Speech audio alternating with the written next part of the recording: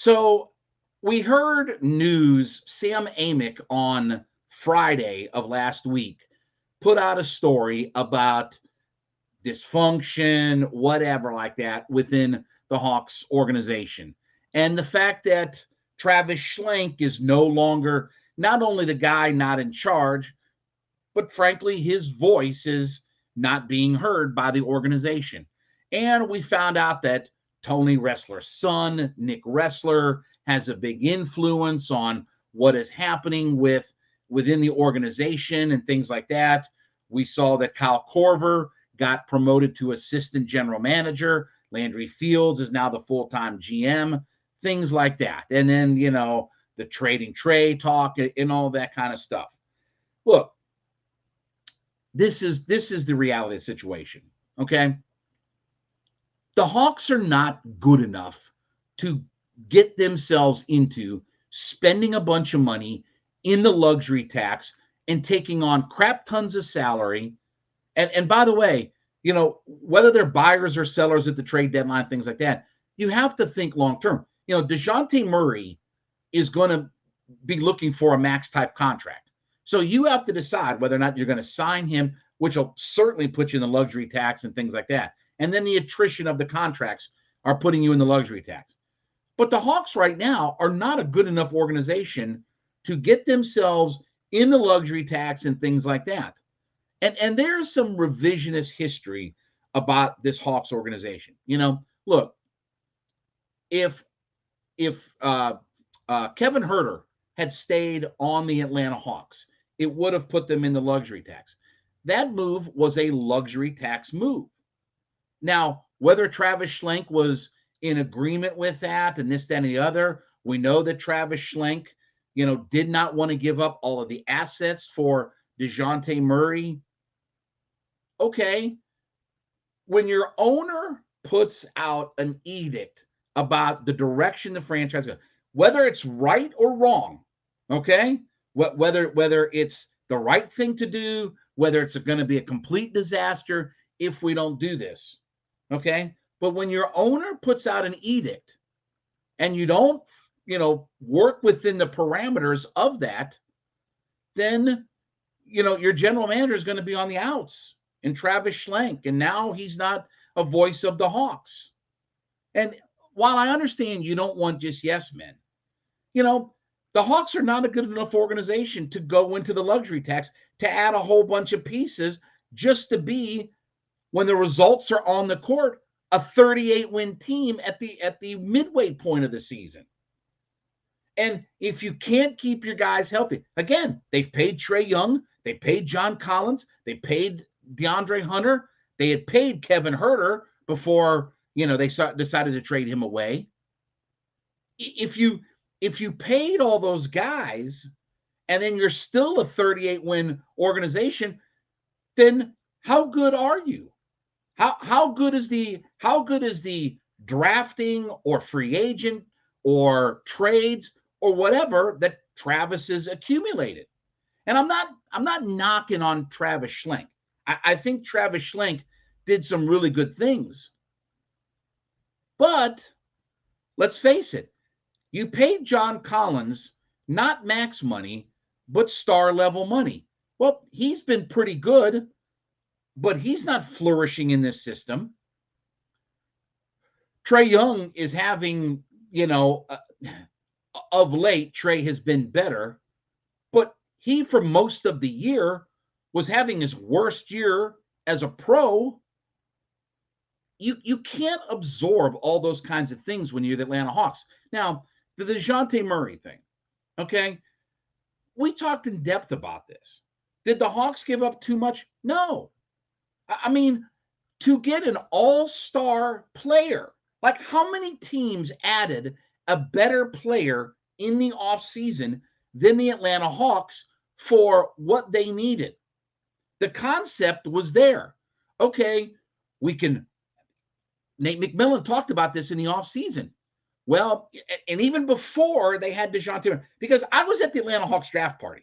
I was there the night that the Hawks drafted A.J. Griffin, and they were rumored to be making a deal for DeJounte Murray and all that kind of stuff. I was there that night. and talking to different people behind the scenes, announcers, different stuff like that. I don't think the Hawks gave up too much because Murray is an all-star caliber player that fit kind of the profile. He can create his own shot. He's a defensive-minded guy. And it can get Trey to play off ball more. Now, the concept and everything like that wasn't ridiculous, but it hasn't worked out completely like that. And again, I'll say Nate McMillan will probably be gone after this year. Okay, that means Trae Young is going to be on his third coach in 6 years. Third coach in 6 years. Like, how many darts do we have to throw to get it right? So, while I understand Travis Schlenk did some really good things, and he certainly helped get the franchise back on a pathway, where it can be successful. But let's not act like he built the Warriors dynasty. Let's not act like he drafted Steph and Clay and Draymond and all that kind of stuff. He's drafted some nice pieces. He's drafted a star player that doesn't get along with his coach. They're not willing to go in the luxury tax. And yes, if they were a better organization, look, if they were 5 or 6 games, that's why taking advantage of that schedule from when I talked about the Sacramento Queens the night before Thanksgiving, and then going to the end of the calendar year, when they didn't take advantage of that. And now we're hearing rumors about maybe the Hawks will be sellers and stuff like that. Yeah, because they're not a good enough organization to go in the luxury tax. If they had been 6 or 7 games above, 8 games above 500 at the midway point, then it would start to make sense. But when you're fledgling around, you aren't healthy, you're not a very good team, your star player and your coach is not getting along, why do it? I don't blame Tony Ressler for this. Oh, Tony Ressler's meddling and stuff like that. And he's gotten his son involved and stuff like that. Okay, but if you don't operate within the parameters of what your owner wants, then you have to get voices that do what the owner wants to do. And they don't make a lot of sense to get into the luxury tax at this point. So again, is Nick Ressler the best guy to kind of be a voice? No. But you have Landry Fields and you have Kyle Korver. Let's see what those guys can do. But I don't think the Hawks, look, nobody wanted Donovan Mitchell, right? Oh, he's too small. He's a ball-dominant guard. He doesn't play any. We had I can go back through all of the comments on this YouTube page and show you why everybody didn't want Donovan Mitchell. So there's all this revisionist history. I don't think the Hawks gave up too much. I would have certainly loved to have Donovan Mitchell, but you got an all-star player. You added an all-star player. It hasn't worked itself out, and Nate's most likely going to be gone, barring a miracle run. But you have to be on board with what your owner edicts. You have to follow that edict. And right now, I don't blame Tony Ressler. Once you get into the luxury tax, it becomes punitive when you go year over year over year. And the Hawks right now are not a good enough organization. It's one thing if you're Golden State. It's one thing if you're Boston and you're making, Golden State's winning NBA titles and making the NBA finals. But this team has had one good run since the 60-win team. One good run since their franchise, in the franchise's history. They've had 2 runs of the Eastern Conference Finals.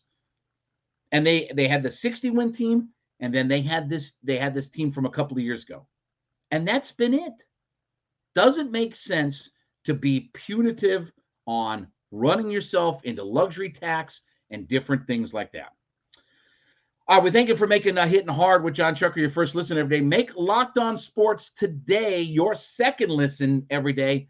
Biggest stories of the day, instant reactions, big game recaps, and the take of the day. They're available on Odyssey to download, YouTube, wherever you get your favorite podcasts from.